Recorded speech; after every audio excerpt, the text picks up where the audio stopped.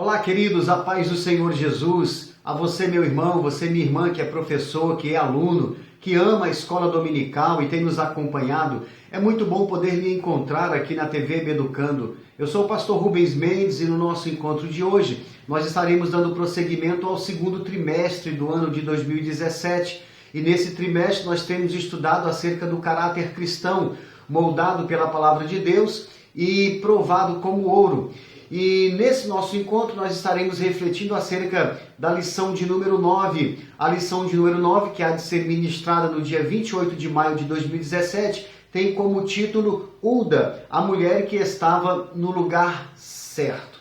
E é muito importante esse título dessa lição e a forma como é evidenciado aqui o fato de se estar no lugar certo, de se estar na hora certa e poder ser contado por Deus como um instrumento útil, como um instrumento para o seu louvor.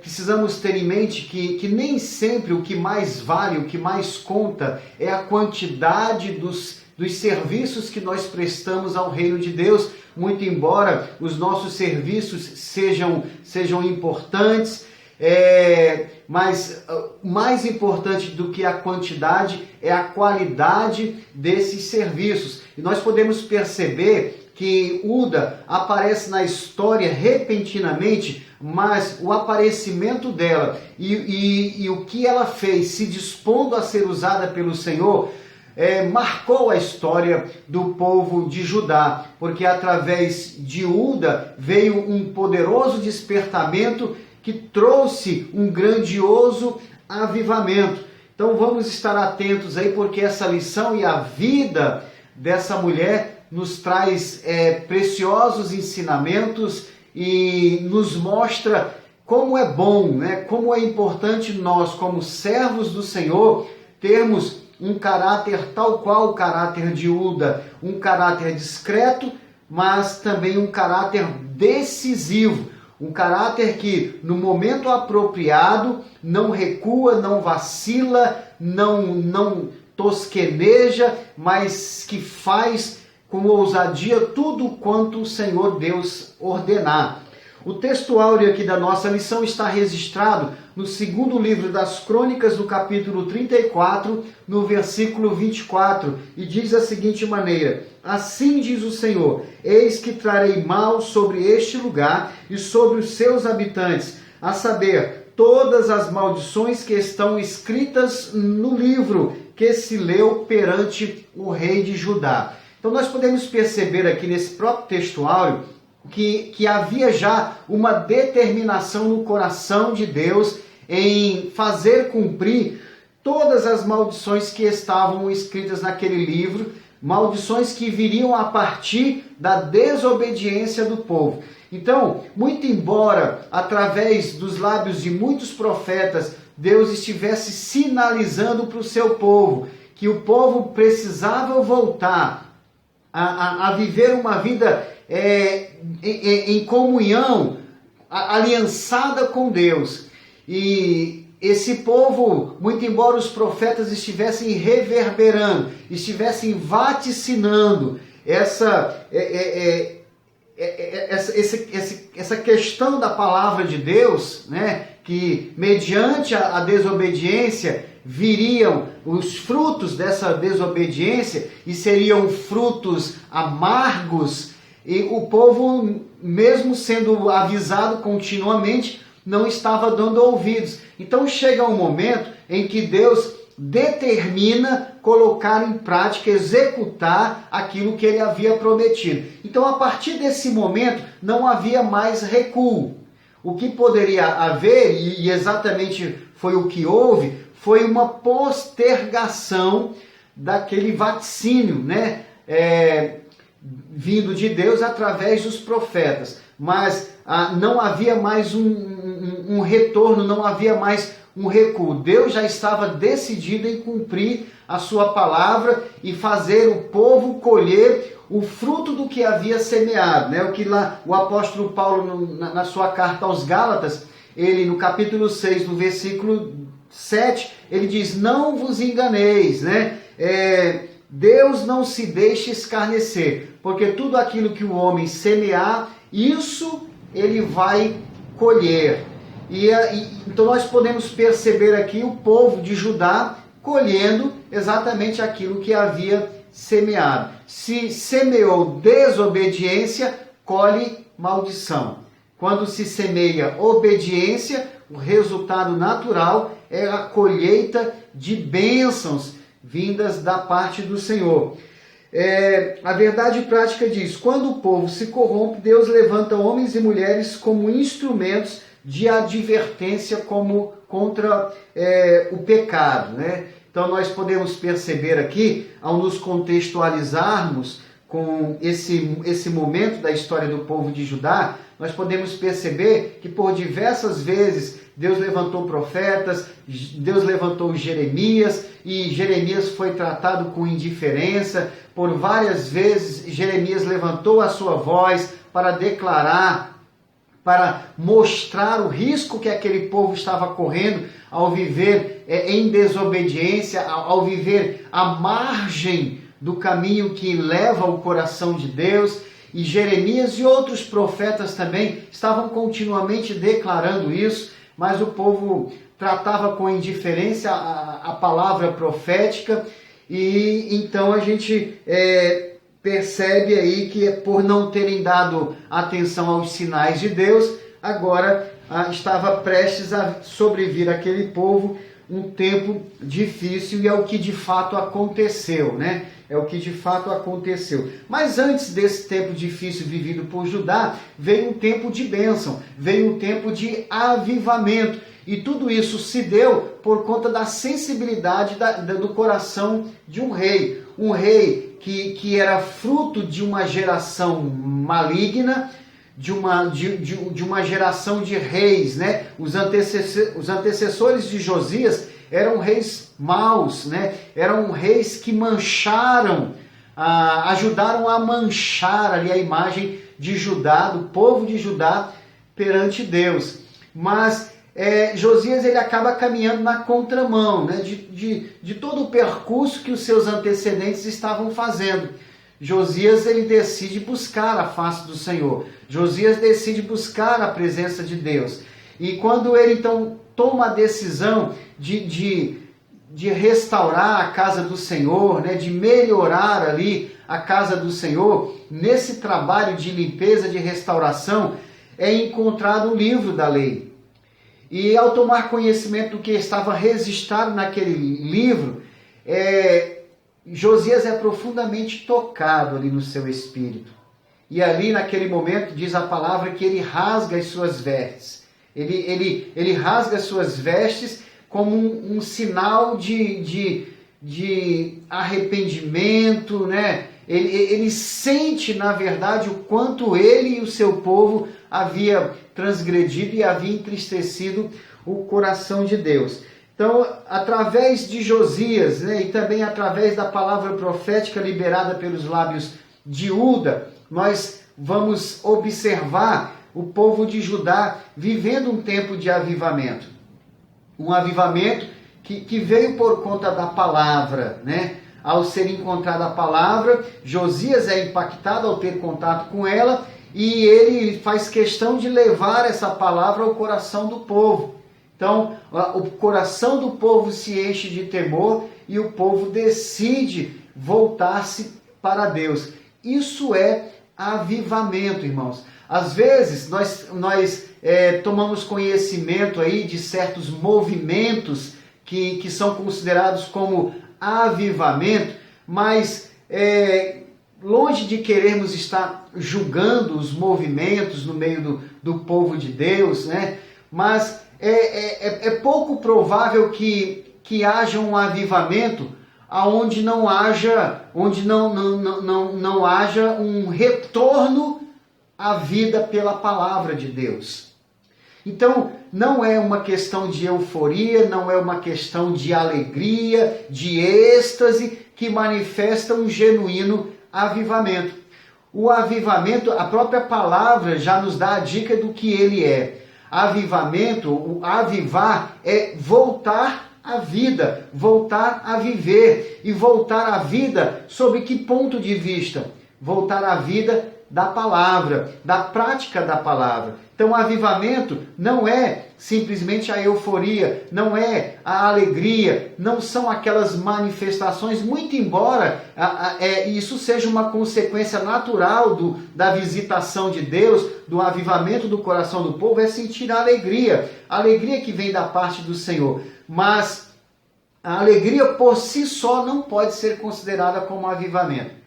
Avivamento é quando se volta o comprometimento e o compromisso com a palavra de Deus.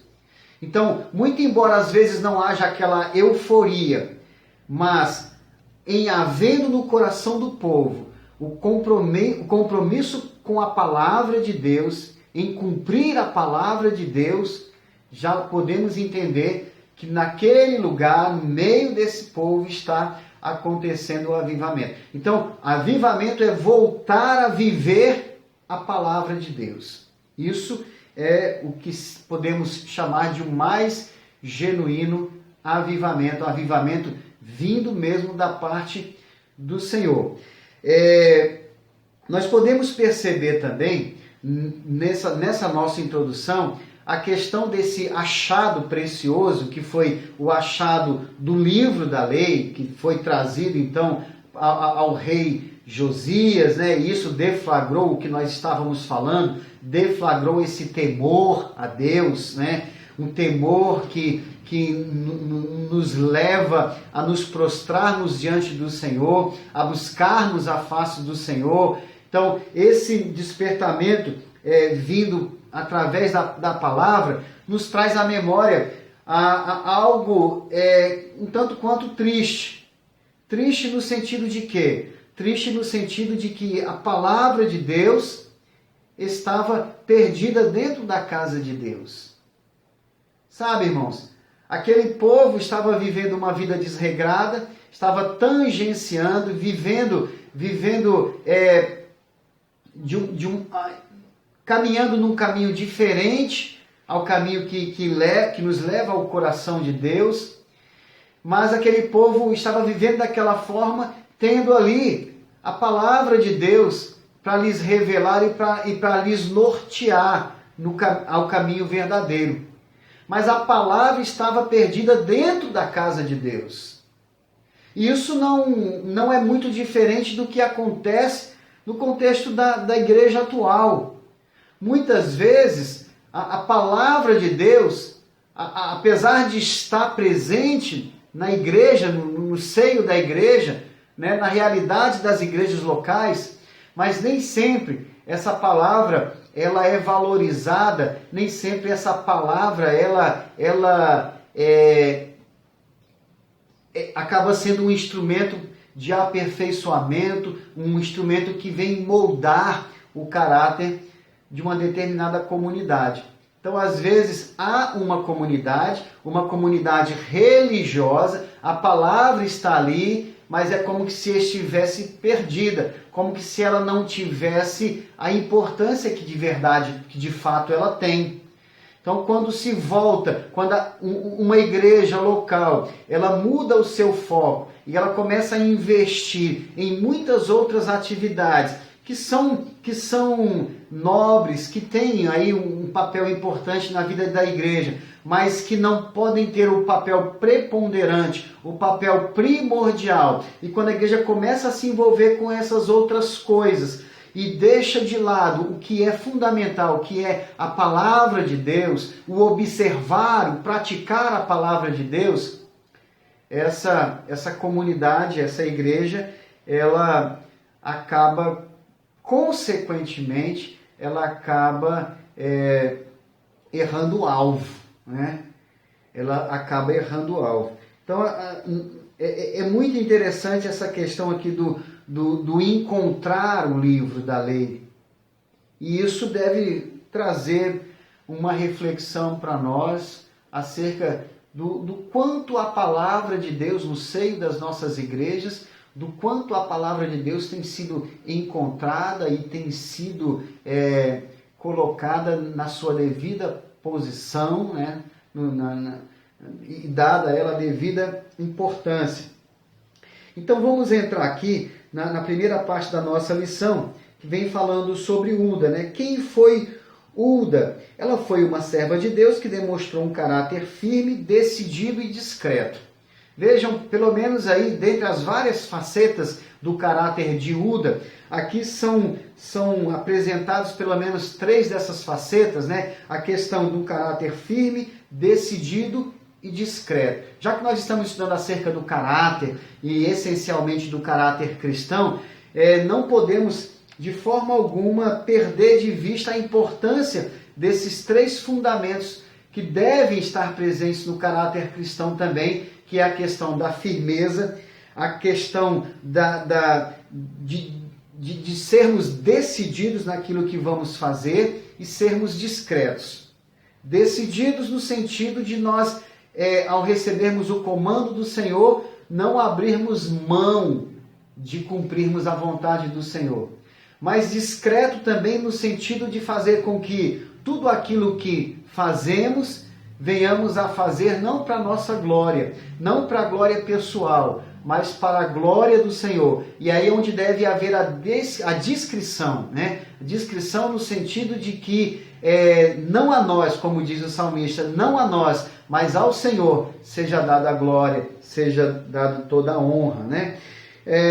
O tópico 2 aqui da primeira parte diz a atividade que ela exerceu. Então ela exerceu, na verdade, a atividade profética, muito embora não fosse tão comum naqueles dias a presença de uma profetisa, era mais comum Deus usar profetas homens, mas nós podemos perceber aqui que Deus usa quem Ele quer e quem se dispõe a ser usado pelo Senhor. Então Deus usa a profetisa Uda e, diga-se de passagem, irmãos, diferentemente do que se pensa acerca do ministério profético dos dias atuais, né? Porque nos dias atuais só se tem em mente que o ministério profético é aquele que vai predizer coisas que apontam apenas para o futuro.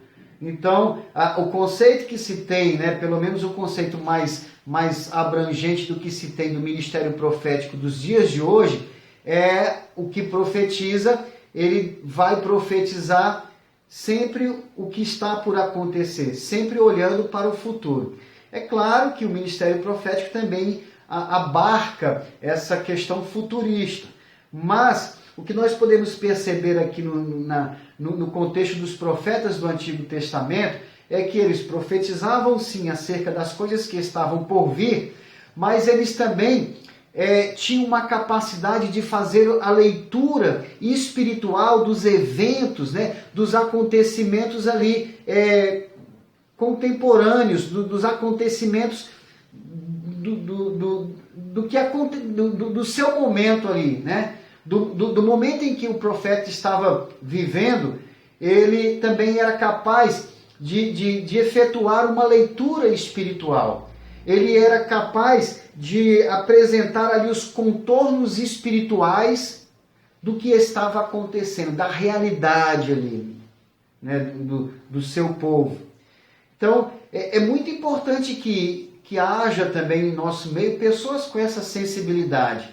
Pessoas que, ao olharem para as circunstâncias, ao olharem para as coisas como elas estão acontecendo, essas pessoas sejam capazes de não apenas fazer uma leitura política, uma leitura social ou qualquer uma outra forma de leitura mais propriamente humana, mas que seja capaz também de fazer uma leitura espiritual.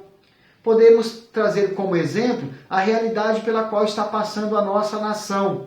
Uma realidade terrível que tem nos abalado bastante, nos entristecido bastante, mas a despeito de toda a leitura que nós fazemos acerca das questões políticas, das mazelas sociais, do que tem acarretado todo esse viés político, o que isso tem acarretado na vida da nação, mas muito embora devamos fazer esse tipo de leitura, é importante que também busquemos olhar com os olhos espirituais e procurar compreender o porquê disso tudo está acontecendo no nosso Brasil. E quando conseguimos fazer essa leitura espiritual, nós iremos utilizar as armas apropriadas. Nós iremos, então, lidar com essa questão também sob a ótica espiritual, porque o mundo espiritual está agindo fortemente aí e em tudo isso que está acontecendo. Então, o profeta do Antigo Testamento era aquele tipo de homem ou mulher espiritual que tinha uma visão aguçada a tal ponto de fazer a leitura tanto na dimensão humana, vamos dizer assim, na dimensão natural, quanto também na dimensão sobrenatural. O tópico 3 da primeira parte diz: Deus ouviu Ulda. Então, Ulda, ela certamente uma mulher de Deus, uma mulher de oração. Muito provavelmente, Ulda vinha pedindo ao Senhor para que o Senhor mudasse o contexto da sua nação. Ulda estava aí vindo de um contexto, o povo estava vindo de um contexto aí onde os reis anteriores eram reis perversos, idólatras, que inclusive estimulavam o povo a prática da idolatria. E Ulda orando ao Senhor, clamando ao Senhor, quando a gente pode perceber aqui através do rei Josias, Deus respondendo à oração daquela mulher, tanto de Ulda quanto dos diversos outros servos e servas do Senhor que ali estavam, gemendo diante de Deus, intercedendo e clamando para que houvesse ali um tempo diferente, um tempo de avivamento, de transformação da realidade de Judá. Como também importa que nos nossos dias se levantem homens e mulheres, servos e servas do Senhor, com sensibilidade, com discernimento, com a leitura apropriada do que está acontecendo em nossa nação, para que clamemos ao Senhor, para que façamos como fez o rei Josias, rasgou as suas vestes, mas não necessariamente precisamos rasgar as nossas vestes, antes precisamos rasgar o nosso coração diante de Deus em arrependimento, em confissão de pecado, para que o Senhor tenha misericórdia e mude o quadro. E só quem pode mudar o quadro da nossa nação é Deus. E Deus poderá fazer isso, mas em resposta ao clamor do seu povo. Então, urge a necessidade de nós, como servos do Senhor, nós que estamos sendo profundamente trabalhados pelo Senhor, no nosso caráter, urge a necessidade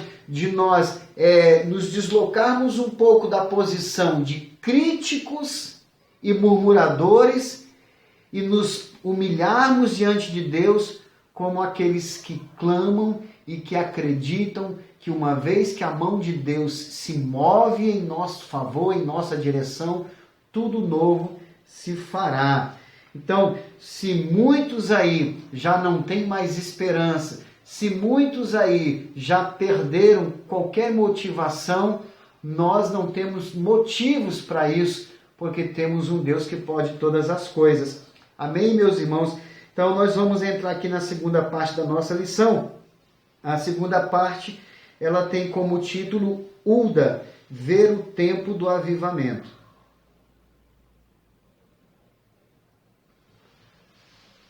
O primeiro tópico diz assim: Josias promove verdadeiro avivamento. E é uma coisa que eu gostaria de chamar a atenção aqui dos irmãos, para todas as vezes que nós vamos buscar a presença do Senhor, existem pelo menos aí duas formas de nós nos aproximarmos do nosso Deus. As duas são genuínas, as duas são louváveis, as duas formas são nobres, mas existe uma mais nobre. Nós podemos ir à presença de Deus, buscar as mãos de Deus, e podemos ir à presença de Deus, buscar a face de Deus. Quando nós vamos à presença de Deus buscar as mãos dele, Na verdade, não há nenhum erro nisso. Nós, inclusive, somos recomendados e exortados pelo próprio Senhor a pedirmos a Ele, né? A dependermos dEle, a buscarmos as suas mãos, ou seja, a buscarmos o seu favor, a sua provisão. Afinal de contas, Ele é o nosso Deus e há um prazer no coração dele em prover as nossas necessidades. Mas o grande perigo está em nós desenvolvermos um relacionamento com o Senhor, um relacionamento que nos leva a nos limitarmos tão somente buscarmos as suas mãos. Sabe, irmãos, existem pessoas que estão sempre buscando as mãos de Deus, mas se esquecem do que muito mais nobre do que buscar as suas mãos é buscar a sua face. Sabe por quê? Porque quando nós buscamos as mãos de Deus, nós estamos, na verdade, buscando o Senhor pelo que Ele pode nos dar, pelo que Ele pode fazer por nós. Claro que isso não é errado. Mas quando nós buscamos a face de Deus, nós não estamos buscando ao Senhor apenas pelo que Ele pode fazer por nós, apenas pelo que Ele pode nos dar. Quando buscamos a face do Senhor, nós estamos buscando ao Senhor por quem Ele é, pelo fato dele ser Deus. Sabe, é muito mais importante nós buscarmos ao Senhor e adorarmos o Senhor por quem Ele é, do que simplesmente pelo que Ele pode fazer por nós, pelo que Ele pode nos conceder.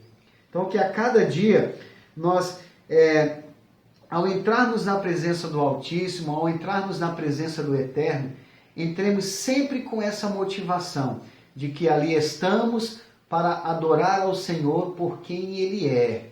E aí, é claro, se nós adorarmos ao Senhor, se nós formos ao Senhor, a presença dEle, buscar a sua face, adorá-lo como Ele é digno de ser adorado, certamente, ao voltarmos, nós vamos trazer conosco os nossos molhos. Certamente nós vamos trazer conosco a bênção do Senhor. Mas aí nós estaremos com as bênçãos nas mãos e com o nosso coração ligado, o nosso coração sendo um coração íntimo de Deus. Não vendo Deus apenas como uma fonte de provisão, mas vendo Deus como o alvo da nossa adoração, o alvo da nossa rendição. Então Josias, na verdade, ele foi o promotor de um verdadeiro avivamento no seio do seu povo, porque Josias, ele se dispôs a buscar a face do Senhor. E aí, quando buscamos a face do Senhor, as respostas, elas são tremendas, essas respostas são poderosas. Então aqui, uma vez que ele se dispõe a buscar a face do Senhor, ele toma algumas atitudes. Primeiro, ele manda que seja abolido qualquer forma de idolatria. A idolatria que era prevalente ali no meio do povo de Judá. Josias agora, como um rei, e um rei convertido ao Senhor, a ordem do rei agora era que toda a idolatria fosse abolida. Que o povo agora voltasse a uma adoração monoteísta.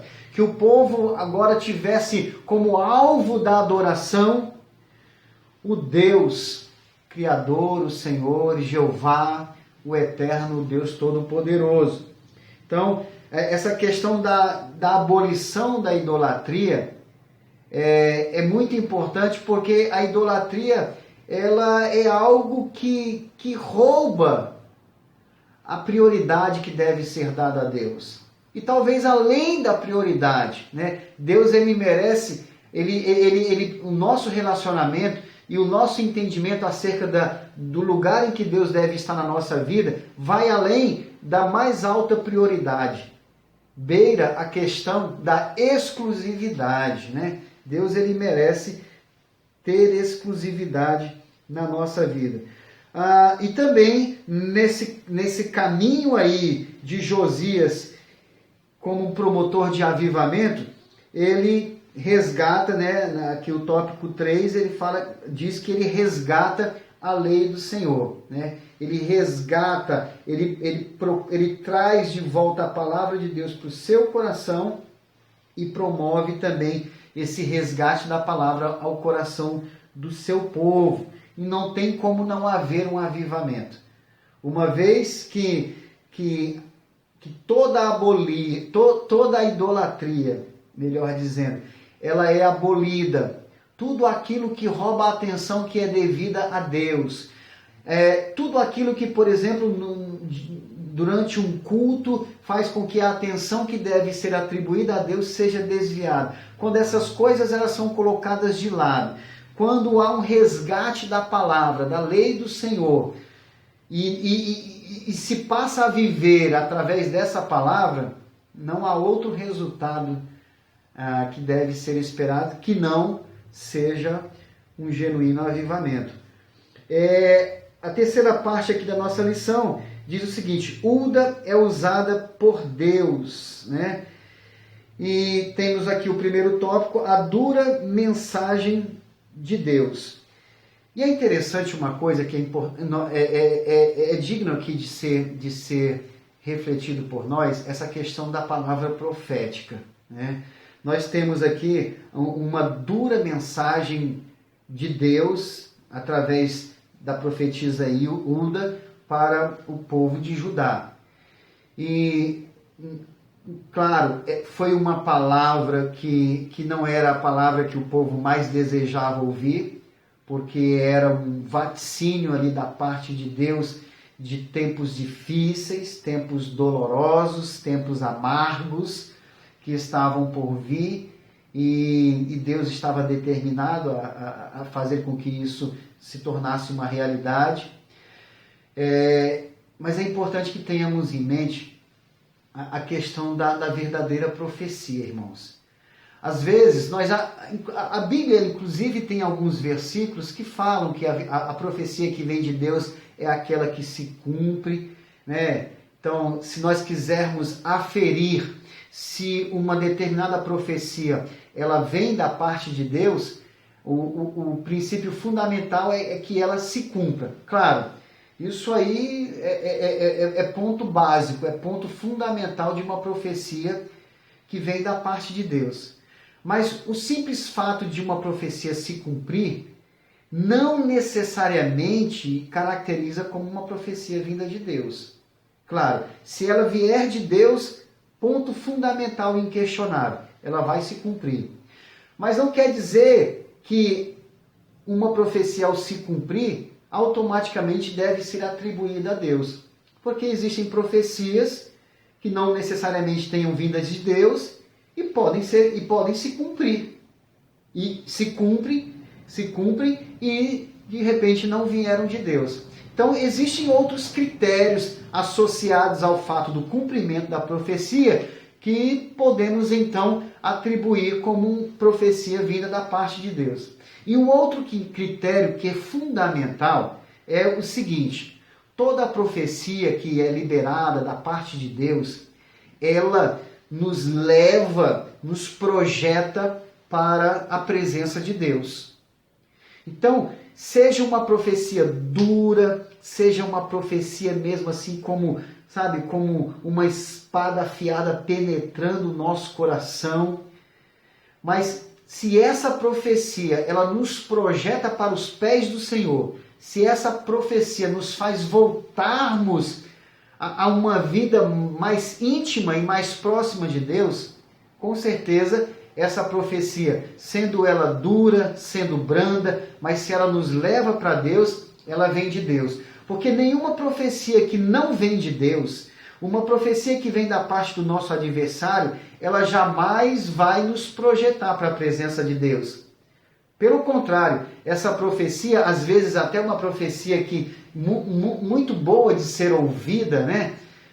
Uma profecia que nos traz assim um contentamento, e às vezes não vem de Deus, às vezes vem da parte do nosso adversário, e ela vai nos trazer vários embaraços, ela vai nos levar para um caminho que vai nos manter cada vez mais distantes do Senhor.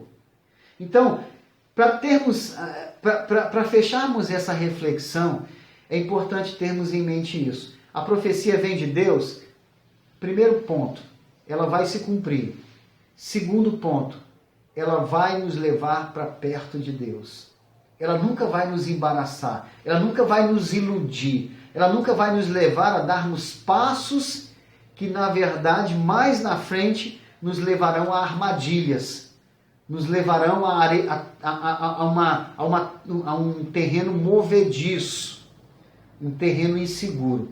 A profecia que vem de Deus, ela pode ser áspera, ela pode ser dura, ela pode ser pesada, ela pode nos confrontar, ela pode inclusive nos entristecer, mas todos esses sentimentos de pesar ou tristeza, sabe, ou qualquer sentimento que nos abata, vindo de Deus essa profecia, esses sentimentos eles vão ser como ferramentas que nos farão nos dobrar diante do Senhor. E o Senhor sabe como tratar com cada um de nós. O Senhor sabe a palavra apropriada e Ele tem, assim como Ele usou Uda, Ele tem os seus servos e servas no lugar certo, na hora certa, com a palavra certa. Então, queridos, que nós não nos limitemos apenas a ouvir aquelas profecias que deleitam a nossa alma. Aliás, a grande maioria delas podem não vir da parte de Deus.